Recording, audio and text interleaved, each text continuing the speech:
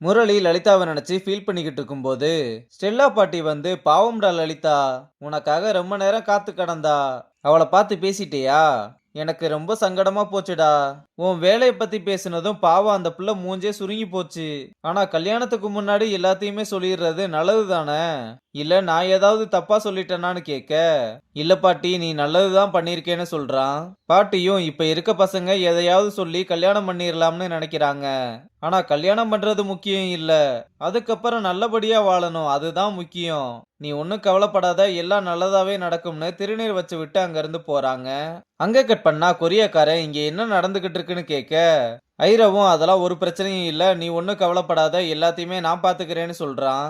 கிம்மும் எதனாலும் சீக்கிரம் பண்ணு, ஃபர்ஸ்ட் லோடு மட்டும் சொன்ன டைமுக்கு வரலைன்னா நம்ம டீலை கேன்சல் பண்ற மாதிரி ஆயிரும்னு சொல்ல, அந்த மாதிரிலாம் எதுவும் நடக்காது, சொன்ன நேரத்துல சரக்கு உன் கையில வந்து சேரும்னு சொல்றான்.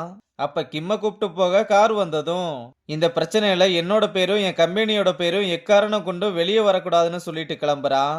இங்க டென்ட் எல்லாம் போட்டு மக்கள் எல்லாம் நியூஸ் முன்னாடி ஐராவை போட்டு கிளி கிளின்னு கிழிச்சுக்கிட்டு இருக்காங்க. அப்ப பசங்க கையில கட்டியிருந்த ஜாதி கயிறை பார்த்து, எல்லாமே இதனாலதான் வந்ததுன்னு அதை அத்து எறியறாங்க.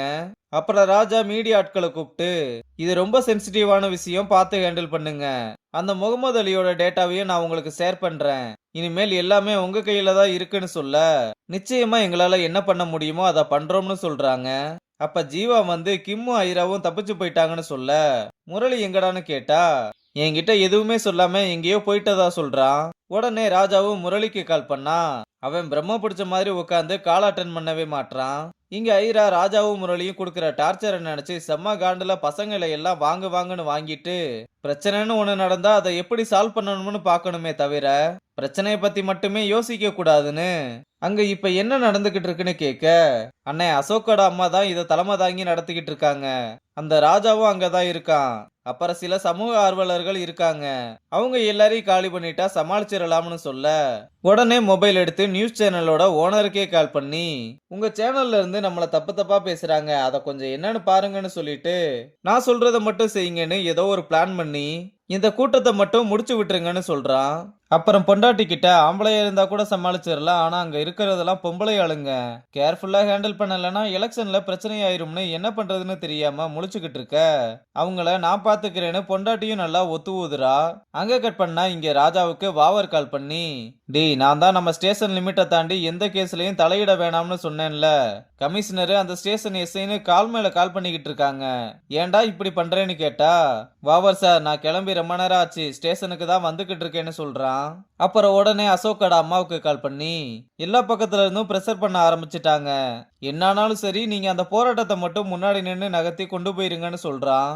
இதை கேட்டு அசோக்கோட அம்மாவும், ராஜா சார் இப்பதான் கால் பண்ணாரு, என்ன ஆனாலும் போராட்டத்தை மட்டும் கைவிட்டுறாதீங்கன்னு சொன்னாருன்னு எல்லார்கிட்டையும் இன்ஃபார்ம் பண்ண, அப்ப நியூஸ்காரங்களுக்கு மேல இடத்துல இருந்து கிளம்ப சொல்லி கால் வந்ததும் எல்லாருமே அப்படியே அங்க இருந்து கிளம்புறாங்க.